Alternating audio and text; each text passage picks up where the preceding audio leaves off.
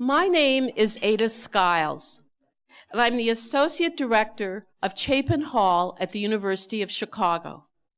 On behalf of Chapin Hall, I would like to welcome you to our Child and Family Policy Forum. We would like to thank those of you who are here in person and those joining our live webcast for taking the time to be with us today. Today's program is entitled Child Wellbeing, a Framework for Policy and Practice. Moderating our panel of experts on this topic is Chapin Hall's Executive Director, Brian Samuels. I know you will find today's conversation both lively and informative. Again, thank you for taking the time to participate with us today in our program, and I will now turn the program over to Brian, who will introduce our topic and our panel to you.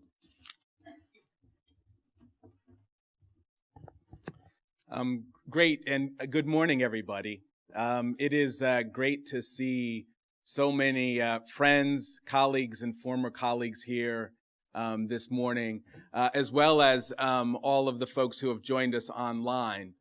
We have been actually looking forward to this forum for quite a while, not suggesting that all the other forums aren't really interesting, but in many respects, the discussion about well-being today goes to the very heart and mission of Chapin Hall. Chapin Hall is an organization that was created in 1985 specifically for the purposes of producing science that changes policies that promote the well-being of the most distressed children and families. So this is the very origin of Chapin Hall, and it's why we thought that this was an important conversation. The other reason why it's an important conversation is because of the growing body of evidence that focusing on the well-being of children, focusing on normal development, ensuring that all children have the basic competencies across the key domains in life and across their developmental trajectories, we know that that science really matters, and that the evidence would suggest that both at a practice level and a program level, as well as at a policy level, there are concrete steps we can take to improve the well-being of children, particularly those served through public systems. When I was the child welfare director in Illinois about 8 years ago, it's been a while, I had the unique opportunity of taking over the agency after it had experienced a dramatic reduction in the number of children that were in care. And I had the opportunity to really look at the system and ask the question, not how did we get here, but where do we go from here, right? Because so much of child welfare had focused on reducing the size of the system rather than producing positive outcomes for children who are served by the system. And so we were able to, working with a cross-section of folks, both at the judiciary, as well as in the legislature, as well as on the private agency side, we were all able to come together around a focus on trauma, a focus on the impact of maltreatment, on the healthy development of children, and to build strategies that promote their well-being by supporting skills and competencies that allow them to engage in those key domains of life and do well. And what was fascinating about that experience was, while we had not been talking about well-being all that often in Illinois, as soon as we started talking about it, everybody got it. It wasn't a mystery. It wasn't a surprise. It wasn't something that folks scratched their head about and said, boy, do we really need to be doing this. It was immediately obvious to everyone that we were in a place where we had an opportunity to do something that was both distinct and important and folks rallied around that opportunity. I left DCFS and went to the Chicago Public Schools. And over the 2.5 years I was there, I was struck by how important a discussion of well-being was in that environment. We typically think about school systems in terms of promoting learning, primarily through focusing on the cognitive aspects of learning. But what we know from the literature increasingly is that the social and emotional aspects of learning are as important to the success of students as is the cognitive work. More importantly, what we know from the brain literature is that those skills and competencies, those characteristics of social and emotional functioning, emerge during the same periods as the cognitive development in the brain, so that those skills, those competencies, those systems in the brain and in the body are nestled together. They're intertwined with one another. Said differently, when you're talking about social and emotional well-being for children or cognitive development in the brain, it all works together, or it doesn't work together. And I was struck by how relevant that was as a topic area in public education, and we didn't have enough of those conversations. There were certainly pioneers out there who were motivated and interested and really wanted to do this important work because they saw the challenges that the young people brought with them to the schools. But we did not get the kind of engagement that one would have liked to. But understanding that schools had lots of pressure and lots of other things that they were trying to accomplish. But in those schools where there was an interest, where there was leadership, where there were people who wanted to innovate, we were able to find really concrete ways to really integrate aspects of social and emotional well-being into the classroom and into the school building and into the school day. So the focus of the work that we're going to be doing over the next hour and a half or so is really to leverage 3 individuals who have done really important work.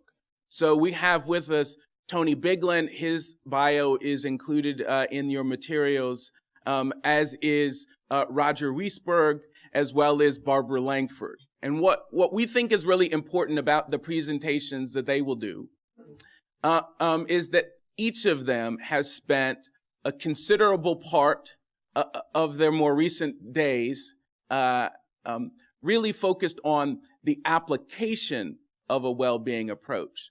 So Tony will talk not just about the science of well-being, but examples and opportunities, evidence-based interventions that allow us to move it from an idea that people recognize to a set of skills and competencies that produce positive outcomes for children. Roger has toiled long in the area of social and emotional learning. And he won't just talk about the theory behind it. He'll be able to talk in concrete terms about when you know it, when you see it, knowing it, and where you don't see it, where there are opportunities to promote learning through skills development and competencies. And Barbara's work is really fascinating because what Barbara did, coming from the philanthropic community, was to take the well-being framework that we had originally introduced when I was at the federal government.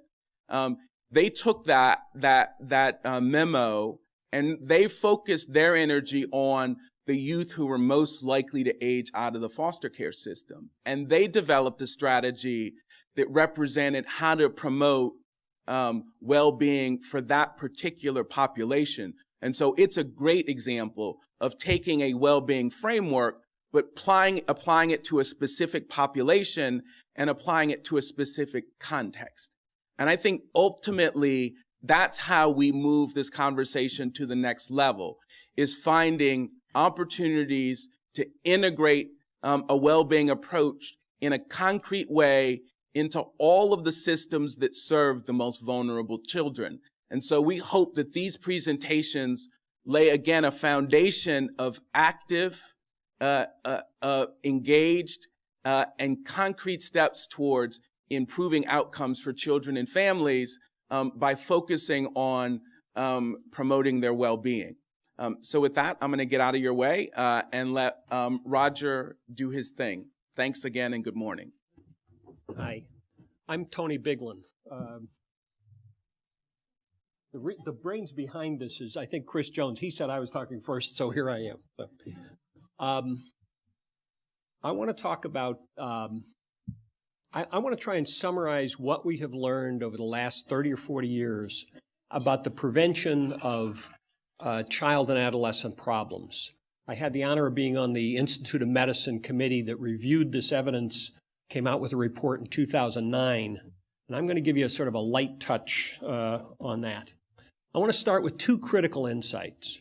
The first is that most child and adolescent problems, the cognitive, the social, the health problems that Brian was alluding to, are interrelated, that the same kids who have one of those problems are likely to have others.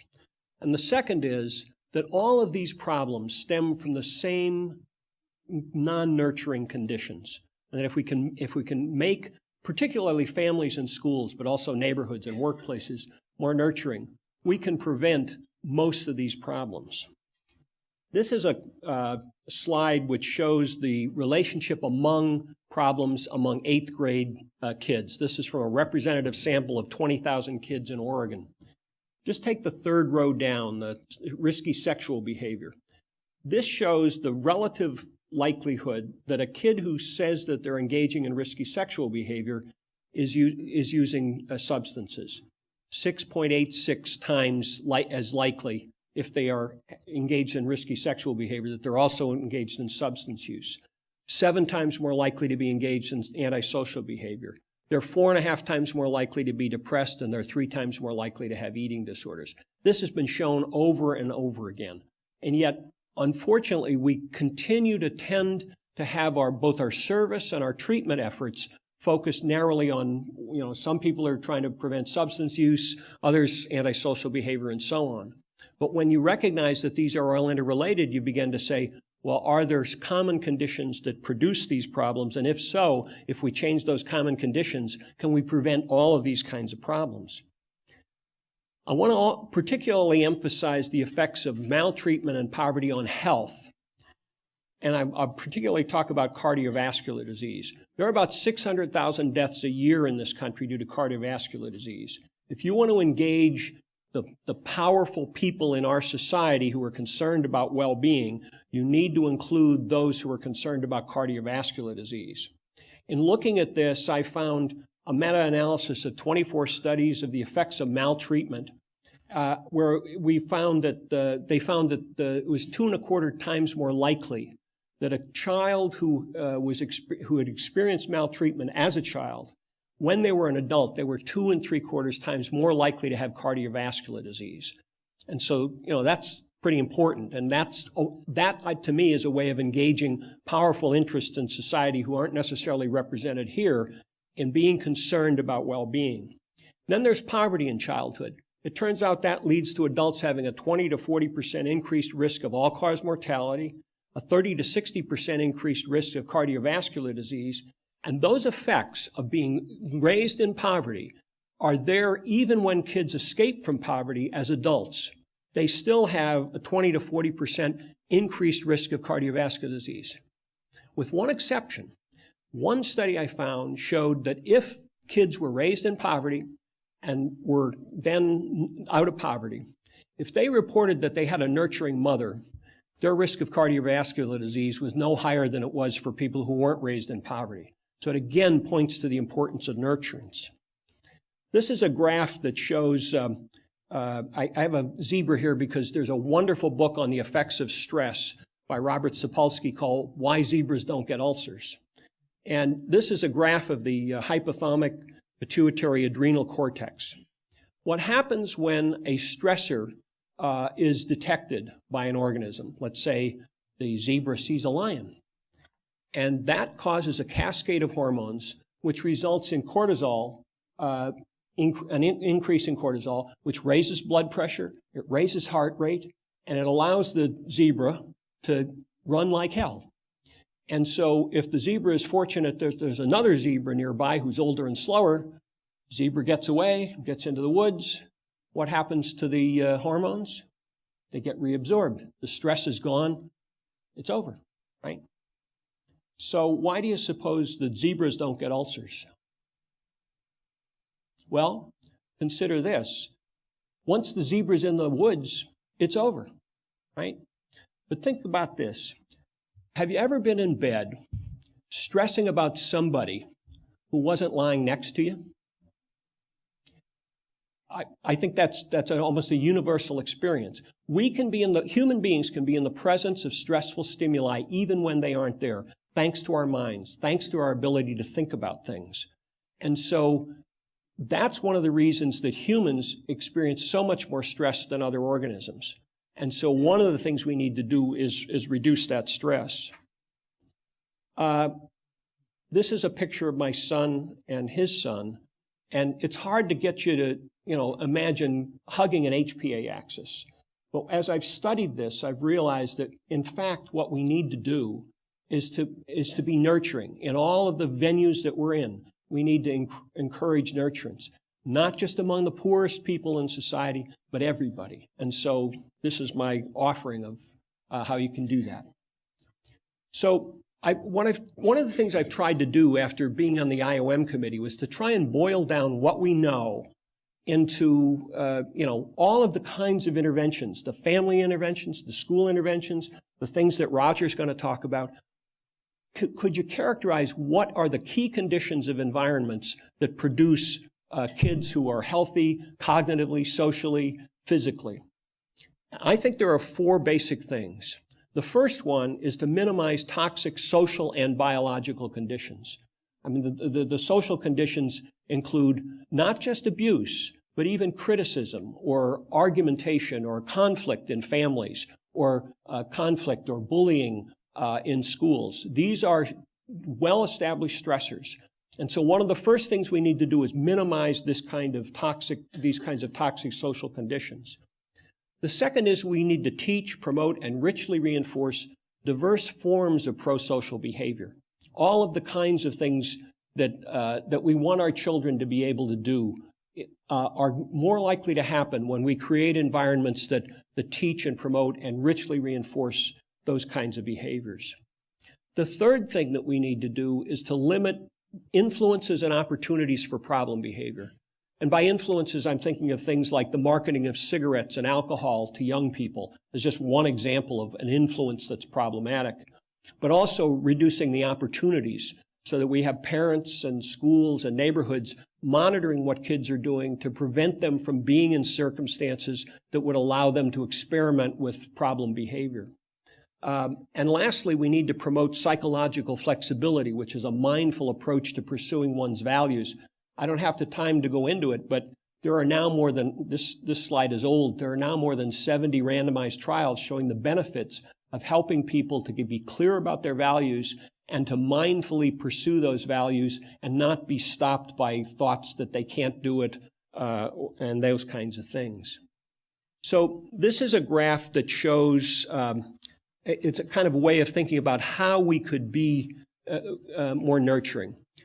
Start on the right-hand side of this with the primary outcomes, and it lines up perfectly with Brian, which is, I think, why I'm here.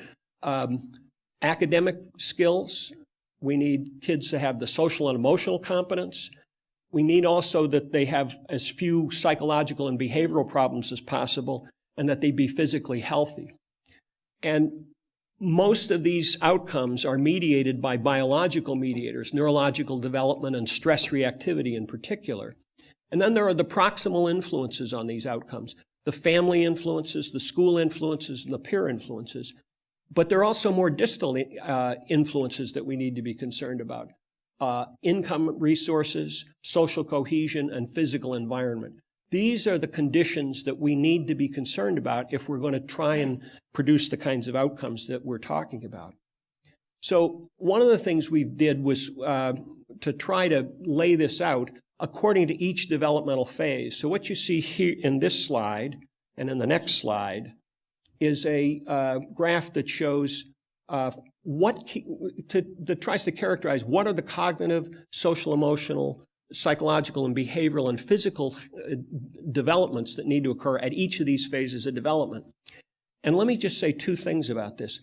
One is that if you go down one of these columns, the cognitive development, let's say, you see that at every phase of development, there are key milestones that a child needs to reach. And if they reach those milestones, they're prepared then to gain from the next phase of development. But for example, if a child arrives at kindergarten lacking the verbal and cognitive skills that they need, they're significantly unlikely to read. And I know that Illinois and many other states are now beginning to try and track the readiness of every kindergarten child so that we can see if we're achieving what we need to achieve. So there's that kind of dependency from each phase of development to the next within each of these columns. But I also want to reiterate something that Brian said. If you go across, let's say, early childhood, across these 4 domains, they're interrelated. A child who develops the cognitive skills and the executive functioning is also going to have the self-regulation of emotional behavior that makes it less likely that they'll get into fights, that they will be unable to make friends, and so on. And so just the cognitive and social emotional are intertwined, and you can't have one without the other.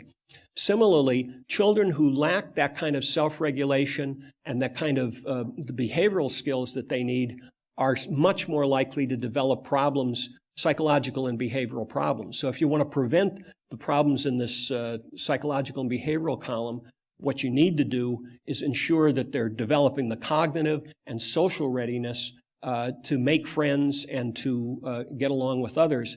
And by the way, I'd come back to one of the first slides I showed. If you don't have those first 3 sets of things going, you're likely to have kids who are going to have problems with ADHD, problems with cardiovascular disease, and so on. So I think that's probably everything, because Robin says that I'm out of time. So just one more thing. This is a slide from the Institute of Medicine report, and it shows across the top all of the developmental phases. And every one of these bracketed things refers to typically a set of interventions that have been shown to have a significant impact in preventing the entire range of problems, the psychological and behavioral problems, and ensuring successful cognitive and social development.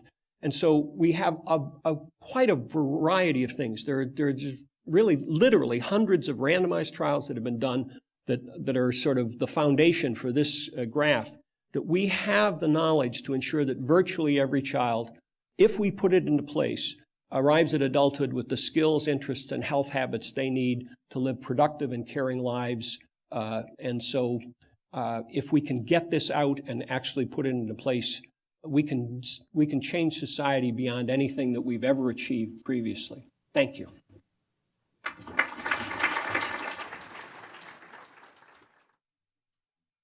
Good morning.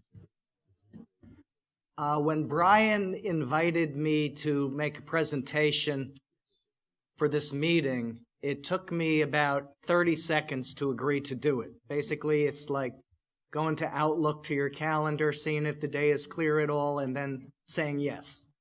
Part of that was my excitement to be on a panel with Tony and Barbara, whose work I respect greatly. I think we have some things in common. We all focus on the whole child. We all bring a lifespan developmental perspective to the work that we engage in, and we all think about the importance of cutting across various systems. But my real excitement, I think, was I'm based in Chicago at the University of Illinois at Chicago and at Castle, and it was great to have Brian coming back to Chicago and Illinois. And there's a boundary span, I think, that can go on now that is really important. And if Brian with a cross-systemic child welfare perspective, and if I with really an educationally focused but still cross-system perspective can integrate, because we all use different types of language, sometimes different terms, slightly different frameworks. But to me, as I look at it, there's really 80-90% overlap in the messages that you're going to hear from all of us today, even though we cut across different systems. Okay, and I think that that's very important, and we can make a difference in Chicago, we can make a difference in Illinois, we can make a difference in the nation. I really believe if we can work over the next decade, 2 decades, to really bring this work together in powerful ways. Every community must ask the question, what do we want our children to be, to know, and to be able to do when they graduate? And from high school, or, we can talk up through the age of 25 if we want, but trying to think of this from a school perspective, you come up with standards. You need to be able to specify what children should know and be able to do. And we've done that a lot with the Collaborative for Academic, Social, and Emotional Learning in collaboration with Illinois, with Chicago Public School states across the country, trying to think about this in terms of developmentally based standards in the realm of social and emotional development. The question that a community might ask could be a little broader, but still we're looking at what we want. And if you talk to parents, if you talk to people in schools, if you talk to business leaders and say, what competencies do you want? Some of these are academic and technical competencies, but a lot have to do with character, with problem solving, with good self-esteem, with an ability to work together with diverse groups. Many of these things are social and emotional variables. And one of the big messages, I think, in the last 30 years of research is many of these social and emotional competencies can be taught, they can be developed in systematic ways, and it's important that the world of policy and practice really catch up significantly with a lot of the work that's been going on for years in terms of demonstration of how to enhance kids' social and emotional and academic development in systematic, evidence-based ways. Brian talked about more recent days. We've been doing work in this area. For me, that's been like the last 38 years are my most recent days. I discovered my question, I like to say, in 1976 when my advisor from graduate school, I went to a convention and heard him speak. He said, there are too many kids who have problems and there's never going to be enough professional resources to help those kids who have problems. We need, although those are important, we need to think about how to promote positive social and emotional competence and cognitive competence from the start. How do schools and families and communities work together to promote positive outcomes in kids in that way? And I heard the question. I said, okay, that's what I'm going to study for the rest of my life. And I've been doing it since 1976. And I'm going to summarize all my learning in this slide. One thing is it's important to focus on the family. Every kid needs either strong family functioning or support or sustained relationships with caring adults, a mentor, something in one way or another. Adult support and guidance is critical for kids' development. Quality education and connecting kids with their schools, feeling that school is meaningful, that they can and relevant, and they can succeed in school is another key variable to predict positive outcomes. Making communities safe and supportive, having high quality out of school time, also critical. These are protective factors and promotive factors for kids and their development. And finally, providing children and youth with opportunities to build their social and emotional competence. If we would come together and just accomplish these 7 things, provide this for all kids, the number of successful, thriving children in our society would be enormous.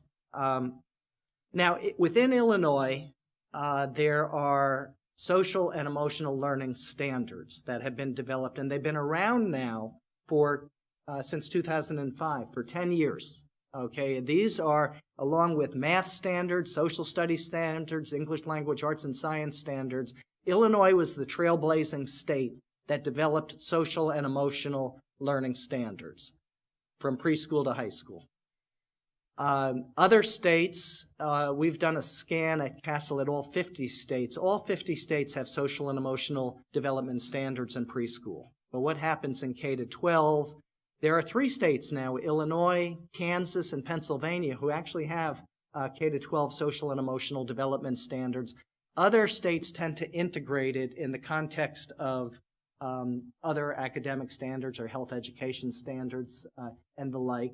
But one of the things that I think is happening nationally is there is this trend to recognize that social, emotional, and cognitive development are all intertwined. They can't be disconnected, and it's important to integrate instruction and pedagogy and curriculum in ways that enhance kids' engagement in social and emotional development. But it's also necessary to be conscious about what the core skills are that you want to enhance and what kind of developmentally appropriate strategies and socioculturally appropriate strategies do you want to do to accomplish that. So CASEL has identified 5 competencies, but different people have different models. But to know yourself, to be self-aware, to manage yourself, to have empathy, to be socially aware, to have good relationship skills, and to be a good decision maker about yourself and about others. These are core competencies. Some people call them intrapersonal, interpersonal, and cognitive competencies, but we tried 20 years ago to develop a model, and then in Illinois, the model has been extended to think about what are the personal skills, the social skills and competencies and dispositions, and the cognitive competencies that need to be integrated so somebody can be successful in school and life. The model is to think about how schools and families and communities can work together to promote social and emotional learning. And there are some people within the school system who say, well, that's good because if social and emotional competence can be a mediator to academic performance, improved academic performance, great, then it has a place in schools. But there are others who think more broadly about what is school all about. It's to educate kids who are knowledgeable, responsible, caring, contributing citizens, who are good workers, who are healthy. So the SEL conceptual framework is a broader framework of thinking about what quality education and what quality development of kids across all systems should be. We've done major studies. This is from a meta-analysis that Joe Durlak and I and graduate students at Loyola and University of Illinois at Chicago did it. It was a 5-year project. Again, here's the 5 years summarized in one slide. When you have social and emotional development programs, and we looked at 213 experimental control group studies with pre and post data, with looking at the impact of these programs on kids' functioning, we find that there are significant, substantial increases in kids' social and emotional skill development, in their attitudes about themselves and about school, in their pro-social behavior, reductions in conduct problems and emotional distress. But the big finding for us, which is important to emphasize, is these programs that focus on kids' social and emotional development also led to improvement in kids' achievement test score performance, an 11 percentile point increase in academic achievement test performance. If you look at some of the variables, and this is interesting, we've applied this to during school, we've applied it to after-school programs, and we like the acronym SAFE. But for a while, we talked about the ingredients of effective programs, and we called it FISA originally, because we said if you focus on skill development, and you have time and you realize that's what you're doing, focusing on social and emotional competence development, and you're clear on the targeting, you're explicit about what skills you want to see developed, and you provide sequential instruction in how to enhance these things, and there are active learning experiences so students can learn the skills but apply them in real life and see their relevance. These are the ingredients that are in a lot of the most effective programs that exist in the field of social and emotional learning. We've extended our work over the last couple of years. CASEL, in collaboration with several foundations, has introduced, we call it a national initiative in social and emotional learning. Part of that has been to work with large urban school districts, but we also work with suburban and rural school districts as well. One of the messages that I would give is that social and emotional learning is important for all kids across the board.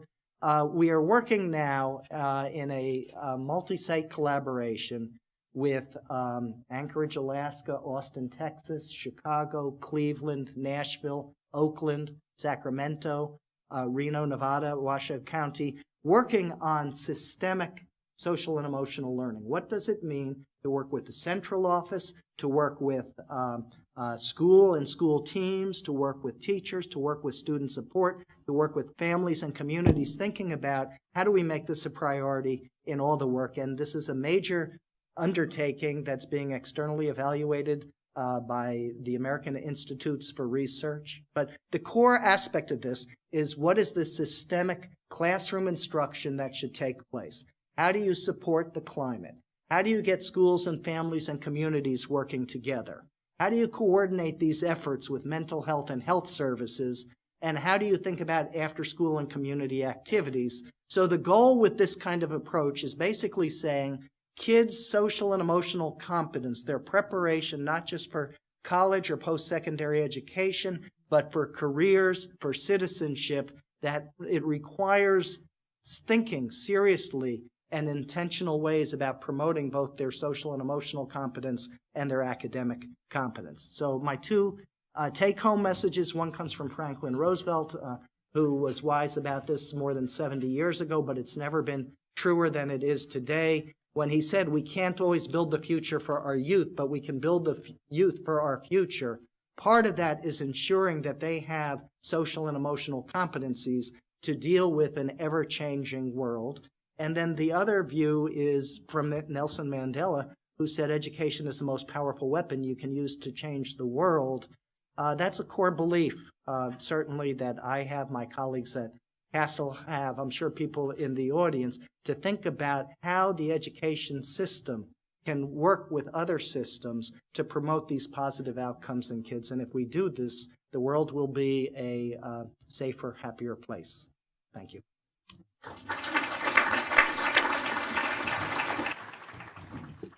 Good morning. I'm Barbara Langford, the director of the Youth Transition Funders Group. YTFG is a national network of funders who invest to ensure that all young people are connected by 25 to relationships and supports that they need to effectively transition to adulthood. Today, I'd like to share YTFG's foster care work group's efforts to create an investment agenda focused on social, emotional, and physical well-being for young people who have experienced foster care, age 14 to 25. This includes our definition of what well-being looks like, a framework describing what well-being is and how you might measure it, and a series of recommended investment strategies for both public and private investors to improve outcomes related to social, emotional, and physical well-being for young people transitioning from foster care. I'd like to thank Brian and Claire and the team at Chapin Hall for inviting me to participate on the panel today and for your continued leadership in furthering conversations around this important topic. So why a focus on well-being for the foster care work group? This is a group of funders specifically working on supporting the transition to adulthood of young people who have experienced foster care. Well, we were initially inspired by Brian and Claire, then Commissioner Samuels, who graciously joined us for a meeting in the fall of 2011. During that time, when then Commissioner Samuels was presenting a lot of new information and research, really making the case for a focus on well-being. The well-being framework was under development during that time. And our foundation members really became convinced that a focus at this point in time on the issue of well-being was a wise investment on our part. First, because well-being remained a significant gap in the field of child welfare specifically. While the three pillars of child welfare policy, safety, permanency, and well-being exist and are codified in federal statute, few agencies see assuring well-being as their primary responsibility. We also know that youth in foster care tend to have lower levels of well-being than their peers, which understandably stems from their experience prior to entry into care, and many times from their experience while in care. That emotional and behavioral challenges are strong predictors of placement stability. The more times a young person moves placements, we know that's correlated with a number of other negative outcomes. And ultimately, if a young person's not able to effectively manage their social and emotional challenges, it makes it very difficult to develop and sustain a relationship, to be able to succeed in school, to find a place to live, and to find and keep a job.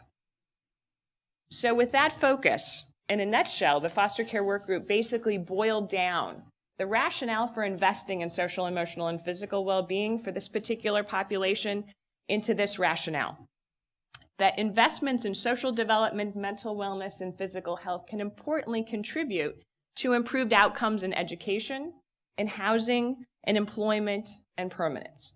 And those are big outcomes that many folks, not just folks working in the field of child welfare, contribute to, care about, invest in.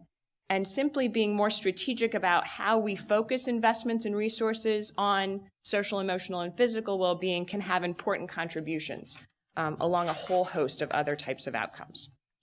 So our first step in really crafting a definition of well-being was to review a number of frameworks, importantly inspired by the ACYF framework as well as many others in the field. And we landed on the following vision of well-being for young people transitioning from foster care. And you'll notice again that there's many commonalities between the approach of YTFG and other panelists this morning, other frameworks in the field. So all focus on some of the uniquenesses of how we apply this framework for this particular population.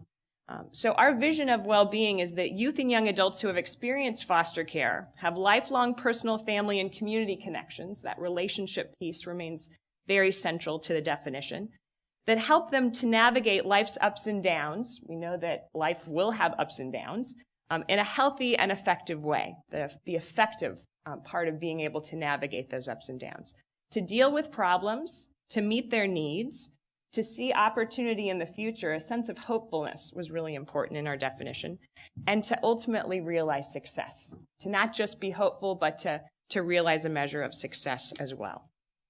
So based on that definition, the Foster Care Work Group created a framework of a number of domains that we saw as critical to healthy wellness for young people transitioning from foster care. Importantly, we wanted this framework to be broad. It's a comprehensive definition. Inclusive, that it recognizes the diversity of young people in care and how it provides space for how cultural differences in the achievement and expression of healthy adulthood, that those domains are interconnected. There aren't bright lines between any one of those domains. They overlap and are interconnected with each other. That this framework would serve as a complementary framework to many other frameworks out there in the field. And that it's developmentally focused. One of the unique pieces of this framework is that it focuses on the population of 14 to 25. So that spans the developmental range both of adolescence and the developmental range of emerging adulthood. And so that's a uniqueness there. We start with safety and permanency. It includes intellectual potential, social development, mental wellness, and physical health. It also includes the domain of economic success, which particularly for those young people who are emerging adults, economic success becomes a critical component of well-being. So this is the detailed framework. I encourage you to look at the handout in your packets, the executive summary of the report, so you don't strain your eyes with this small text up here. But you'll see that those first four domains are what we're defining as social, emotional, and physical well-being: intellectual potential, social development, mental wellness, and physical health. Intellectual development and potential refers to maximizing a young person's intellectual ability and functioning. They're exposed to stimulating learning environments, are able to participate in activities that spark their interests. Social development is cultivating strong and resilient self-identity, and the supportive and nurturing relationships to feel hopeful about the future. That includes a sense of being part of and belonging to a family. We also highlighted support for spirituality, which is often not talked about in the context of well-being. Mental wellness, being able to manage mental health and wellness effectively, being a full participant in treatment decisions, are able to manage mental distresses in a healthy way. Physical health, maximizing physical health, strength, and functioning, having access to a broad range of healthy activities, engaging in healthy behaviors, having good information to make health-related decisions. And so those four domains really comprise what we're defining as social, emotional, and physical well-being. Importantly, two additional domains, safety and permanence, are also included, being physically and psychologically safe and free from abuse and neglect, and belonging to a family for a lifetime. and the economic success domain, which is, again, critically important, particularly for young people transitioning to adulthood in that emerging adulthood developmental phase, achieving educational success, obtaining and retaining steady employment, and obtaining safe, stable, and affordable housing. That whole well-being framework is supported by a community context that can certainly support and help young people to thrive as on their journey to wellness. So based on that overarching framework, the foster care work group then sought to operationalize that framework into actionable steps that investors, both public and private, so foundations, state and local agencies, could all make to invest to improve outcomes for young people transitioning from foster care. So the group recommended a series of 5 related investment strategies, starting with investing in improving, expanding, and sustaining practice, including investments in the development of functional assessment tools to measure well-being on entry into care, to track progress toward improving well-being while you're in care, practice model development to focus on social, emotional, and physical well-being, a focus on vulnerable subpopulations, including children of immigrants, LGBTQ youth, for example, and professional development for caseworkers to be able to use these tools and models effectively.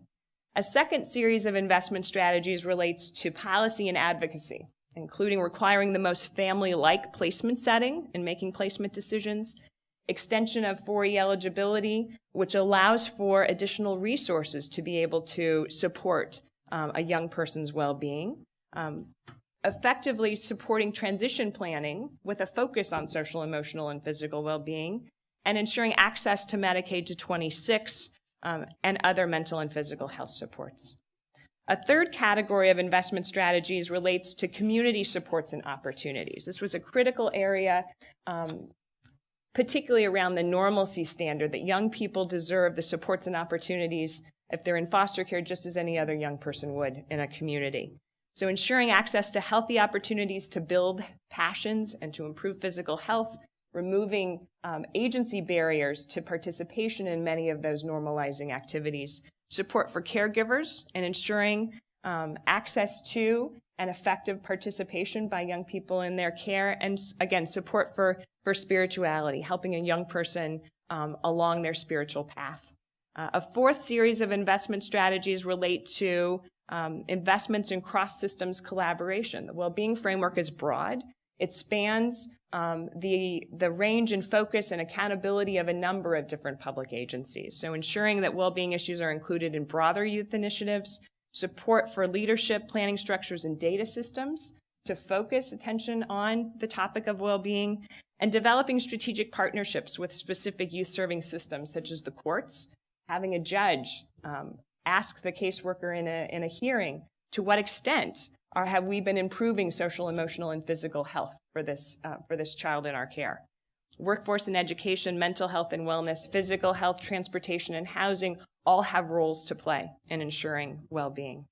And a fifth set of investment strategies relate to research, demonstration, and evaluation, expanding our capacity to measure well-being, clarifying what we need to know more about, what are the characteristics of caregivers in placement settings that work well for older youth in care, for example, designing new interventions for this specific population that focus on social, emotional, and physical well-being, and expanding the evidence base of promising programs.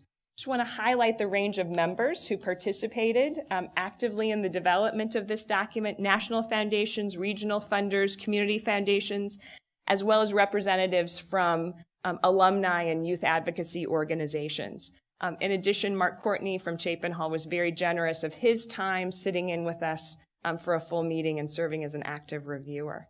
So again, I encourage you to look at the full document, and thanks for the conversation this morning.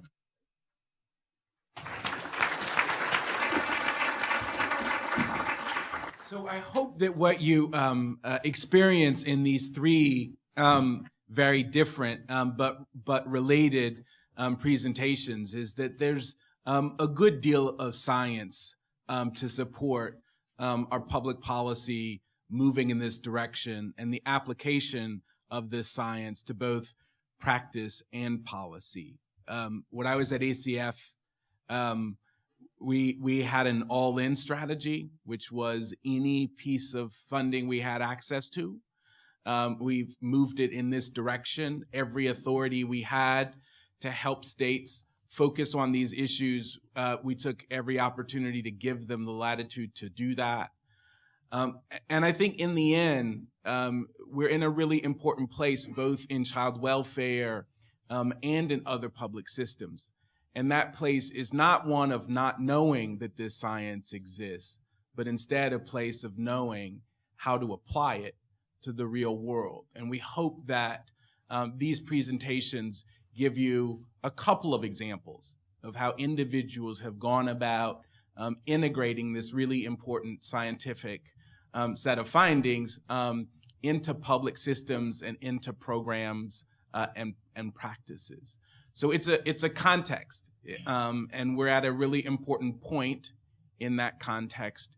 And our hope is that the rest of the time we have here, we can raise questions and have dialogue, not as much about the science, although we can go there, but much more about the application. And so with that, we'll take questions from the room and questions from folks who are participating online. Much of the discussion so far has been about primary prevention strategies. Working in a child welfare environment, many of the youth and children that we tend to come in with problems already, with adverse effects. What strategies or what models would differ from what you've presented so far that we can apply to these children?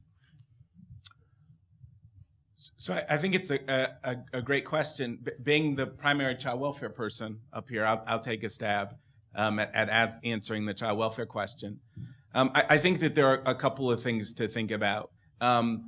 In child welfare, one of the things to think about is all of the missed opportunities that exist in child welfare to facilitate healthy relationships and to build skills and competencies. When we remove a child from a bad environment, that's a very traumatic experience, but it's also an opportunity to help young people understand the presence of the challenges that they face, as well as to understand the context in which they're being introduced to a new caregiver or a different relative. So there are a whole bunch of opportunities in child welfare that are already intended to be developmentally and clinically, therapeutically oriented, and we miss the opportunity to do something. When we have child and family visits, that isn't just because that parent has a legal right to have access to their child. It's based on the premise that a regular interaction that is appropriately supported facilitates the healthy and ongoing relationship between the child and the parent. So there are a whole bunch of things in child welfare that we have immediate access to changing the way we practice and have an impact in this way, and we can give you a whole long list of those.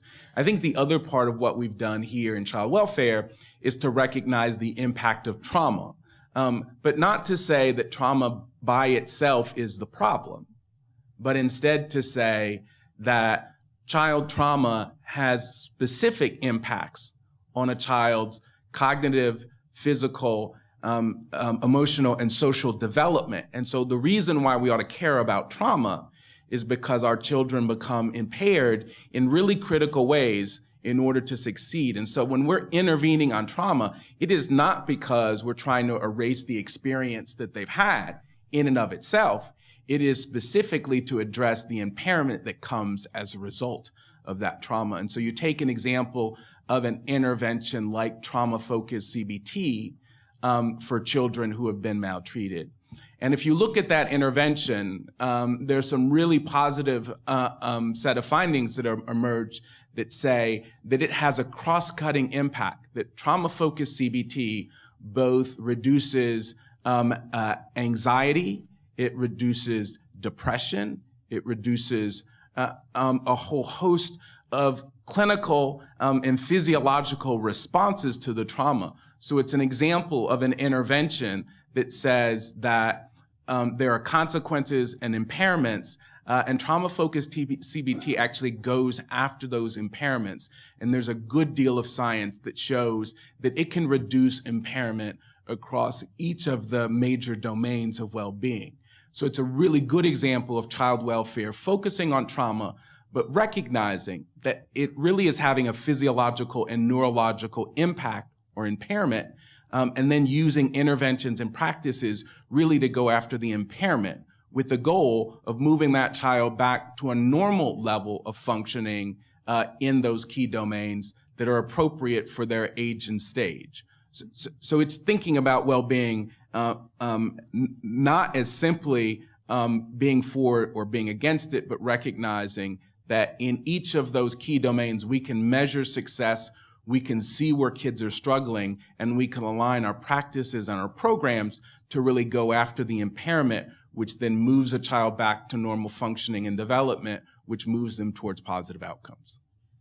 If I may, let me add to that if you look inside the preventive interventions that have been developed, and in fact there are family interventions that have been developed from the prenatal period through adolescence. But if you look inside all of those, most of those were developed in clinical settings. They were developed for families where a kid is already having a lot of trouble. And so it turns out that if you can intervene early, you can prevent the development of those problems. So I think the very same techniques that are involved in helping parents to become more patient, to become more skilled in joining their child about what's going on, in positively reinforcing appropriate behavior, and especially in reducing the use of harsh and inconsistent discipline, that those are all valuable techniques. And then you have things like multidimensional foster family care, where a child may go into foster care and may go back into the family if the family's still intact and you can work with them, where you have good outcomes for kids who have multiple problems. So I think it's valuable to sort of get clear about the details of what happens when you work with families on these things. And the same thing I think can be said about schools, but I'm going to be quiet and Roger will probably talk about that. Yeah, if I could weigh in on a few things here. Very often, social and emotional competence is a missing piece that's a part of all kinds of interventions. Somebody who's mentally healthy has an accurate awareness of themselves. They feel good about their capacities to accomplish things in realistic ways. They're good problem solvers. They know how to get along with others in group situations. A lot of work, if you had asked me 2 years ago in the field of social and emotional learning, where had we turned our attention? It was really, in the context of education, it was to the Common Core state standards. What are the capacities that kids need to achieve academically? But 2 weeks ago, we had a meeting with the U.S. Department of Education, and also we have a lot of meetings. There's an Office of Social and Emotional Learning now within the Chicago Public Schools.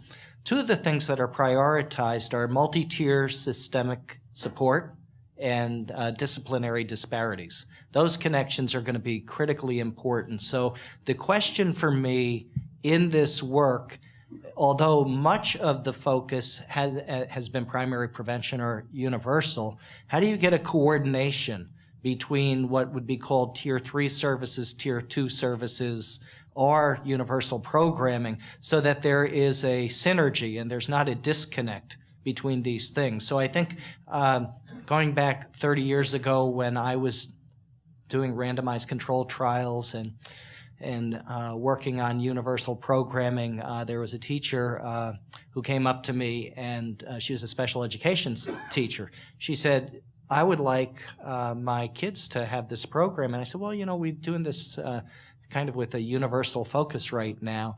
And she said, you don't think that kids in special education have social and emotional difficulties they need to learn how to handle better? And she convinced me. There's adaptations, obviously, in the work that need to be done, but one of the key questions for me is an integration and a synergy across the services that are delivered to be effective. Yeah, what was striking to me about the move that I made from child welfare to public education was that the same families we were struggling with in child welfare were the families that we were struggling with at the Chicago Public Schools. And there was a real sense that at the Chicago Public Schools that we didn't know enough to effectively intervene and move children back to better functioning. We had the classic problem at Chicago Public Schools in which 5% of the students represented over 50% of the student code of conduct violations, a relatively small group of young people who were really struggling with a limited response. But as Roger indicated, in developing a three-tiered model where you're teaching those basic skills to everybody, and then you're being more targeted in your interventions as you move to a smaller and smaller group, we found that many of those young people who were the greatest challenge to the school system made a good deal of progress, and the principals typically wanted more access to the programs, not less. So it is not uncommon for children to be in multiple systems. In each of those systems struggle to serve them well. And I think the science of what we're talking about here has the potential for being integrated across multiple systems, and therefore children and families aren't experiencing one kind of approach in one system and a different approach in the other, but instead one that has greater continuity, and by doing so have a greater likelihood of having the impact that it was intended to have. And there's a continuum, I think, from school and classroom management and compliance-oriented strategies to work with any kids, to relationally oriented approaches, to approaches that really focus on enhancing youth voice, social and emotional competencies, and promoting their self-discipline. And I think there needs to be a balance where a lot of the work that we do really focuses on enhancing competencies that kids have so they can successfully navigate their environments. There has to be more of a balance, I think, moving in that direction. So one of the questions we got from online, I think was an interesting one, which is that the question basically says everything the panelists said makes sense, but the question is, can each of you provide a provocative example of what one might do to really move this effort forward? So they're asking you to get rid of the boundaries and think about if you could be really aggressive in introducing an approach here that would move to a well-being frame, what would that provocative idea be? Funny you should mention it. If this meeting were held 40 years ago, this room would be full of cigarette smoke. This society has changed with respect to a very common practice. The smoking rate's less than half what it was 40 years ago, and the culture has changed despite the fact that tobacco companies spent hundreds of millions of dollars to prevent that. I think that what we need is a cultural movement, a social movement that focuses on making, for a start, schools and families nurturing, all schools and all families, and that we need policies that leverage that, policies that require, first of all, that there's a surveillance system so we know what proportion of kids, not just the proportion of families where there's abuse, but what proportion of families are doing the things that are nurturing successful development. We can do that. We have the techniques for doing that. And then we need advocacy organizations to come together. I was talking earlier about the fact that there are organizations that are working on antisocial behavior. There are organizations working on academic success. There are ones working on tobacco use. There are other ones working on alcohol problems. But if all of these problems stem from the same problematic conditions, we could cut to the chase and really begin a social movement that brings everybody together around efforts to ensure that every family and every school is nurturing. Roger's, doing some wonderful work, and I think probably could tell us what the prevalence of schools are that are effectively promoting social and emotional behavior. Those are the kinds of things we need, but it needs to be a social movement. It needs to be a social movement because How many people in this room think that there's enough money being spent on the treatment and prevention of the problems of children and adolescents? Why don't we have that money being expended? It's being expended in other countries because we don't have a social movement that is bringing everyone together around the values of ensuring that every child reach adulthood with the skills, interests, and health habits they need to live a productive life in caring relationships with other people. That is going to require a social movement. Is that provocative enough? Roger, Barbara? Well, in addition to that movement, let's operationalize it to reorganize how public systems are structured and what they're accountable for. So we thought we were slightly provocative by encouraging policies like ending the option for a young person to age out of a group setting, or to establish and to broaden the definition of Medicaid eligibility for medical necessity to include those who experience trauma. We thought those were provocative, but we can go many steps up to say, right now, the offices, to the extent that they exist around wellness, around social, emotional, and physical well-being, tend to be smaller, under something else, and not empowered or resourced to be able to really change and move the dial on social, emotional, and physical well-being outcomes. So what if we reorganized, instead of a Department of Education and a Department of Child Welfare and a Department of Juvenile Justice and a Department of Health, to reorganize to around departments of wellness, to think about who's responsible for ensuring social development of families and children, who's responsible for ensuring the cognitive functioning. We may say and quibble that already exists, but how we might turn that upside down and reorganize and create the financial incentives and the accountability incentives so that we're not accountable for things that may not be as important in terms of outcomes, but things that we crystallize as incredibly important, which is the ability to maximize your intellectual potential, the ability to form and sustain relationships, the ability to be well. Right. And that might be a way to really move the dial, and it would take a social movement to be able to Roger, you make want to that weigh type in? of organization.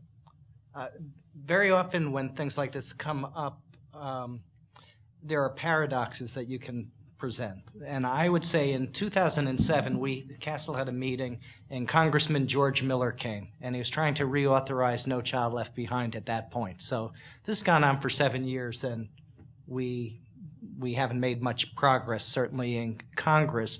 And what happened as a function of this is there have been waivers granted to certain states because they weren't going to be at 100% proficient performance and academic performance by the year 2014. So California has California core districts. These are districts that have split off from the state and have said, when we have an accountability system, we want it to be 60% academic, 20% climate and culture, and 20% social and emotional learning. So they're thinking about an accountability system that actually is emphasizing this work, which could be amazing and fantastic, or it could be terrible. You know, and I think we have to be careful about unintended negative consequences of doing accountability assessment work in this area. Having said that, the other side of the paradox for me are what I would emphasize is ultimately, if there is a social movement in education, I think it's going to be led by students and by teachers.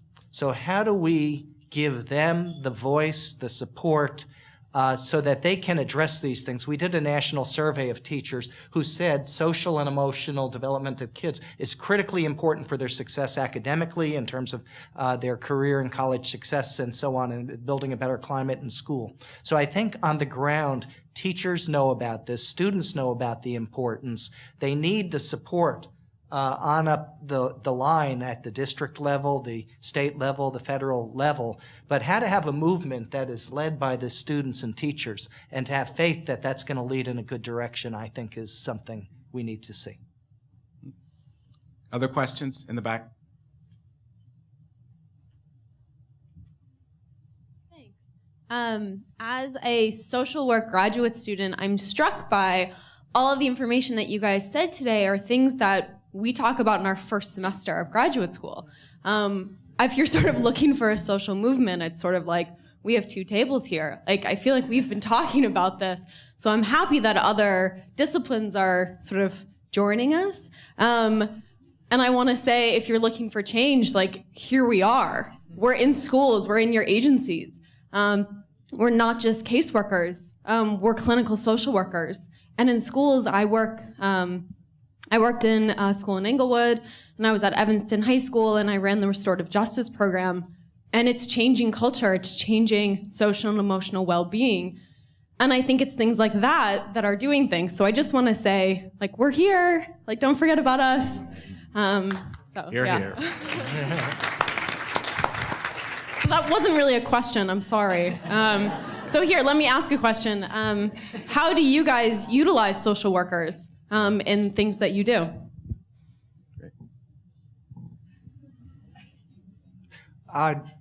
Well, there may be a variety of answers. I'll offer mine, kind of with a historical perspective and then a challenge.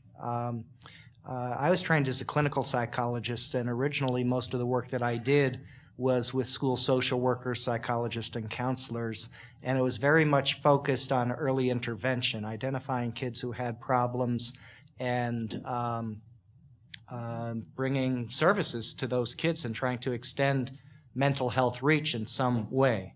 And I think one of the challenges within the social work profession, where if you provide especially direct service and there are too many kids who have challenges and you're never going to have enough resources, if there are estimates in a school of 500 kids that in a disadvantaged community, maybe half of them may have, identified by teachers, have different kinds of adjustment problems. So how do you, if you're a social worker and you're working 2 days a week in a school, help all those kids who have services? And part of the challenge there has to do with how much direct service you do and how much systems work you do. So one of the things I would be curious about is in terms of the focus, the training that's happening, how do we get a balance of and it can be social workers, it can be psychologists, it can be counselors. How do you get a balance between what is done directly, sometimes in one-to-one or small groups, sometimes going into the classroom, a lot of social workers come in and do that, versus how to be kind of more systemic in focus and to create competence within systems to address these issues that I think social workers have a complete handle on how important it is. So the challenge of the balance is what I would wonder about going forward. Yeah, I'd make 2 quick points. One is, and I think you hit the nail on the head in part, in child welfare, most of our social workers don't do social work, they do case management. Right?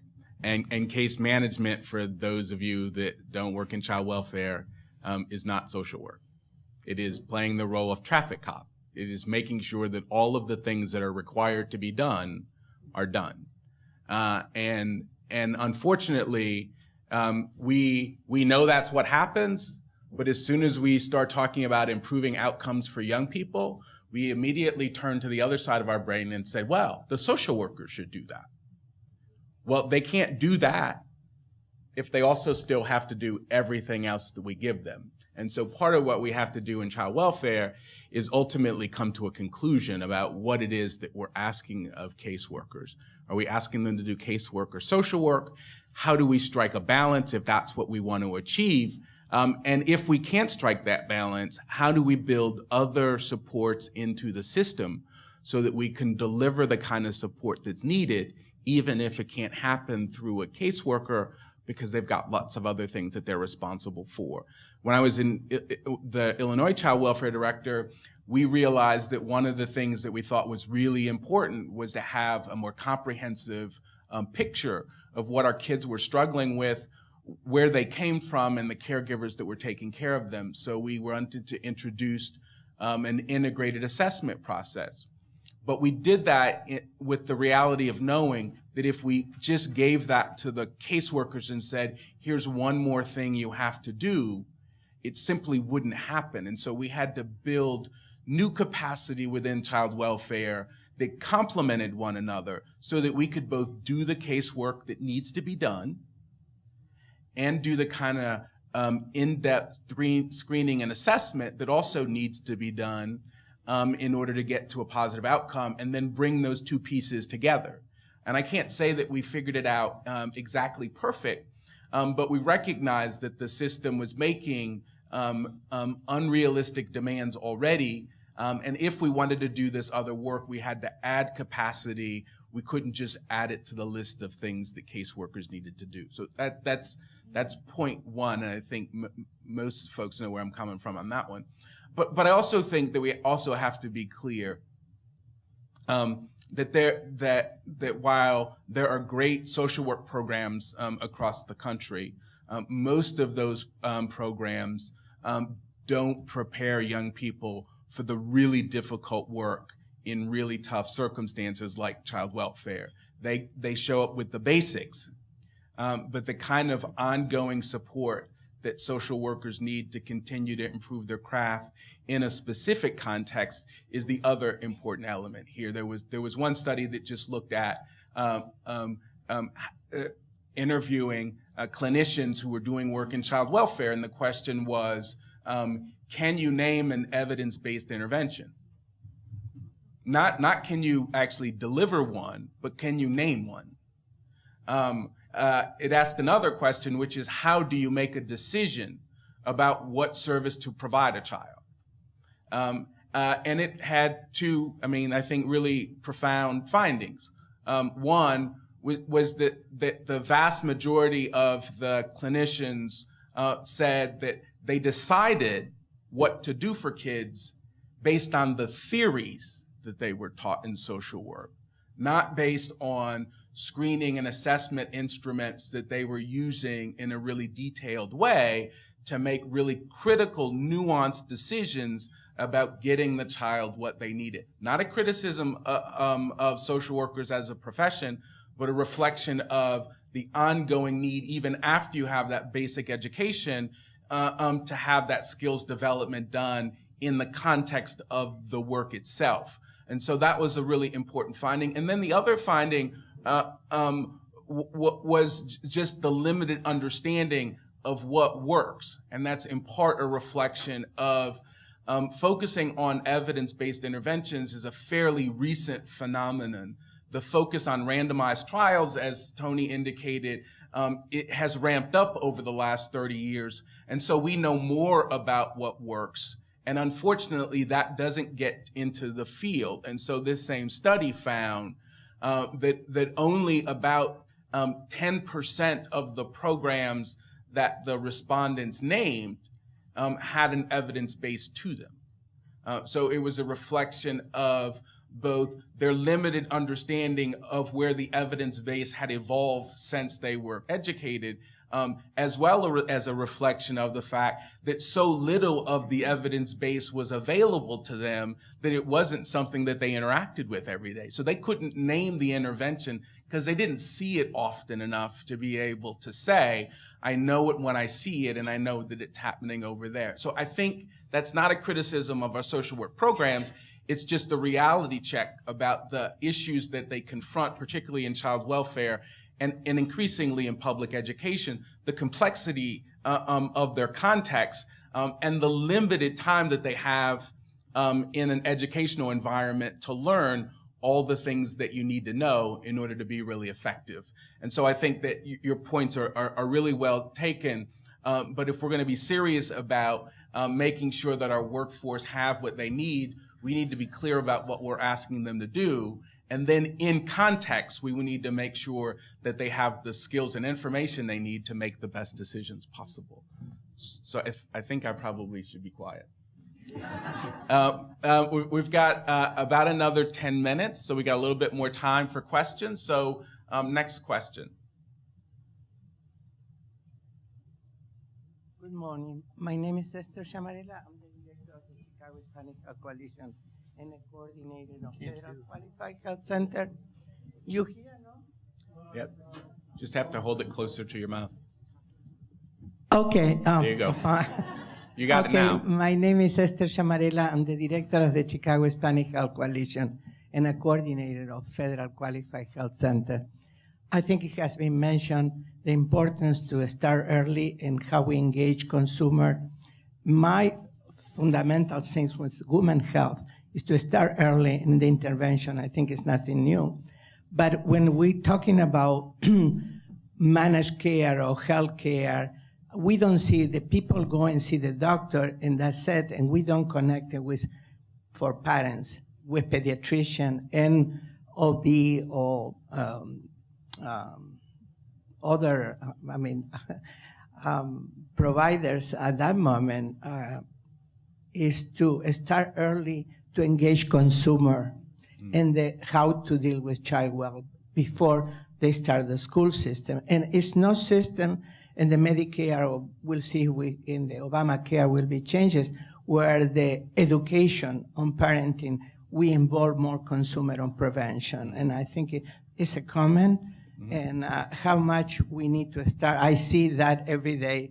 The parents go to see the children and the doctor for immunization, but this connection with how they need to deal with children before they born, so that's my point. So one of the questions we received online was a question about examples of screening and assessment instruments that can be helpful in the area of assessing well-being as well as promoting progress. So anybody think of screening and assessment instruments that immediately come to mind? The Annie Casey Foundation, one of our members, is actually in the process of piloting a new behavioral health assessment tool for youth in care. And that tool is unique in a couple of different ways, that it allows a caseworker to see not only the progress of that young person once a problem is identified that you want to provide treatment for, but also enables you to assess the efficacy of the provider. They found that some mental health providers were really good in treating depression, for example. And any child that they sent presenting with depression as an issue got better. But if they sent a child with anxiety to that particular practitioner, that child did not get better. So it's a new tool to really enable the caseworker to see, of the available practitioners in my community, how do I better match what the issue is with what that particular practitioner is good at. And you wouldn't expect that all practitioners are incredibly great at treating a whole host of different types of things, but to better match the particular issue with the strength of the provider. And that's a exciting new health assessment tool that I think is still in the pilot phase, but has great promise for better connecting the issue that we're trying to deal with and the strengths of a mental health practitioner. Yeah. Roger, do you? Well, if I could say a couple of things about principles of screening, and also offer maybe some suggestion of tools. One of the things, Brian, that you just said is if you're going to do systematic screening, it should be related to treatment decisions or intervention decisions. And all too often, screening assessments are used for categorization maybe of children, but not necessarily for treatment strategies. So sometimes with screening, there can be iatrogenic effects, I think, if you identify kids and say these kids have problems, but you don't bring effective services right away, then it may be worse than having no screening at all. Great point. The second thing is very often these instruments are pathology and deficit oriented, and it creates a mindset when people look at this at the child, well, I see acting out or peer relationship problems or poor motivation to achieve. And a long time ago when we began to do screening and we identified problem behaviors, in terms of intervention strategies, we would ask, well, what's the kid do right? What are the strengths? Great. So now there are screening tools on the one hand that look at problem behaviors. You know, there's something called the AML rating scale as one that kind of looks at, with norms, prevalence of acting out or shy, anxious, or learning difficulty behavior. But at the same time, there are tools, the DESA is one, the Devereux Elementary student strengths assessment, and they have something even called the mini DESA. It's 8 items, but it helps to frame thinking in a competence perspective rather than thinking in a pathology perspective. And the other thing that I think is happening increasingly, which is important in the field, is to look at environmental and relational kinds of components in this, not just to be child-focused and pathology-oriented, but one revolution is to be strength-oriented, the next one is to be context-oriented, and the final thing is to connect the screening and assessment to what the intervention strategies are going to be. Great point. Tony? Yeah, I want to bring this back to public health. It's just a natural thing in society that we have evolved treatment procedures. People are sick and we're trying to make them better. People are having behavioral problems, we're trying to intervene with those.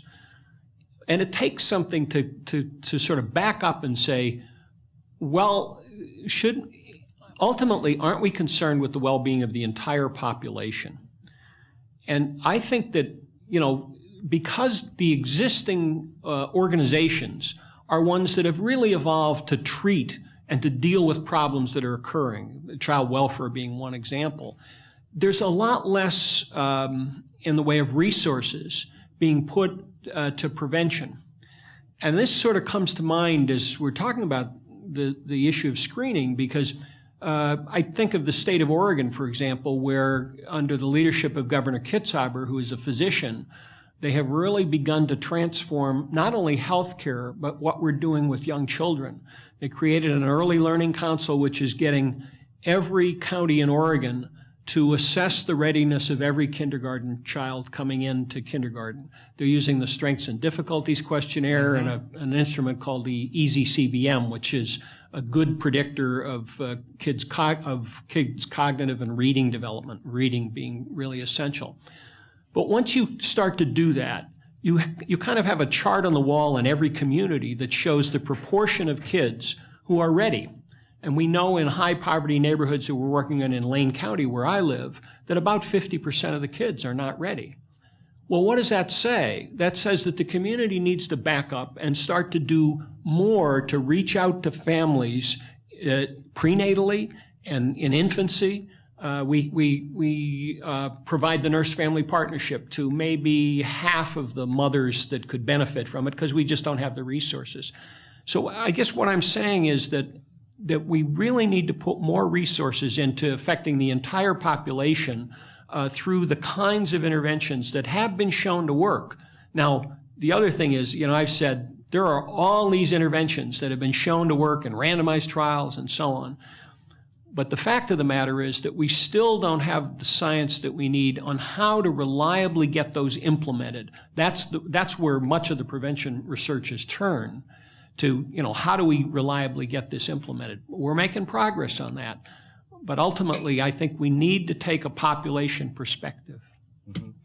I think one of the interesting, challenges both in child welfare as well as in public schools is often the role that the DSM plays in a decision about which children need help and which ones don't, right? That in effect, you almost have to document an adult mental illness in order to provide help to children.